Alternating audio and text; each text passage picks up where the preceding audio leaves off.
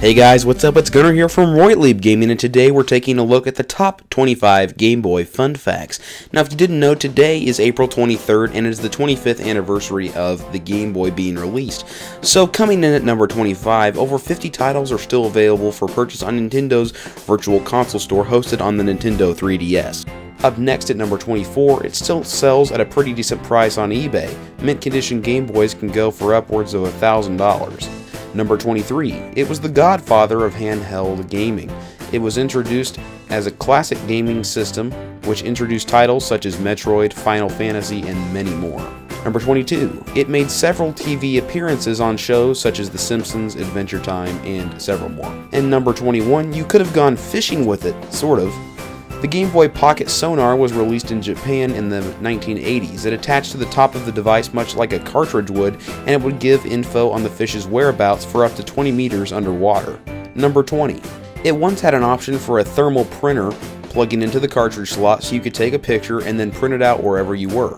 Number 19. Custom Game Boys used to be all the rage. Nintendo released a yellow system with colored buttons and Pokemon characters right on the system. Number 18. Nintendo offered an attachment for musicians which allowed them to make an electronic music tempo. Nana Loop was a popular bootleg sequencer cartridge to make tunes with.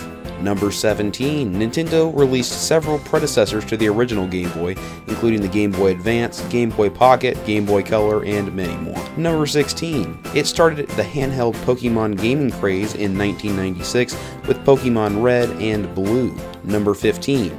It featured the first online multiplayer experience via a Game Link cable. Number 14. One of the best-selling titles, Tetris, sold over 35 million copies worldwide. Number 13. It had a user-friendly control interface due to the fact that it was identical to the iconic Nintendo 64 and NES gaming system. Number 12. It boasted the portability as one of its highest selling points with an estimated 30 hours of battery life off of 4 AA batteries. Number 11. They were extremely durable. One of them even survived the Gulf Shore bomb attack of the Gulf War.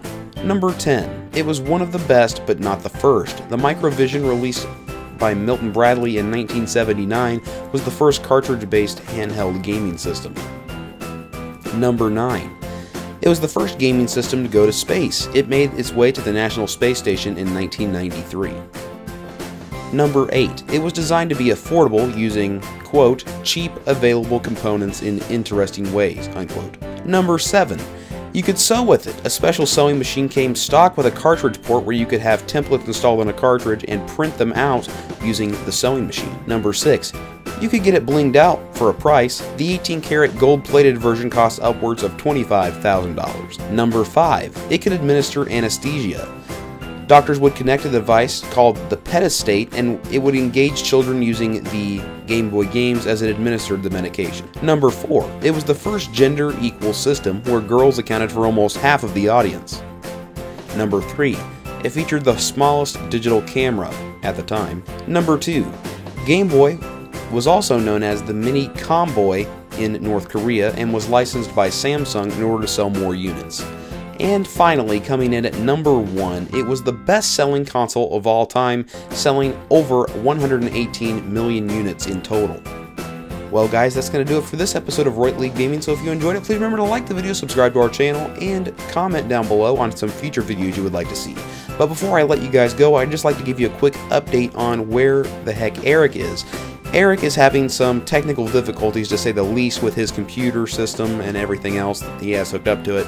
So he's in the process of getting that repaired, and in the meantime, it's just going to be me trying to fill the gap before Eric gets back. But don't be afraid, Eric will be back soon, and we'll be back to normal operating procedures. So, thanks guys, we'll see you in the next video.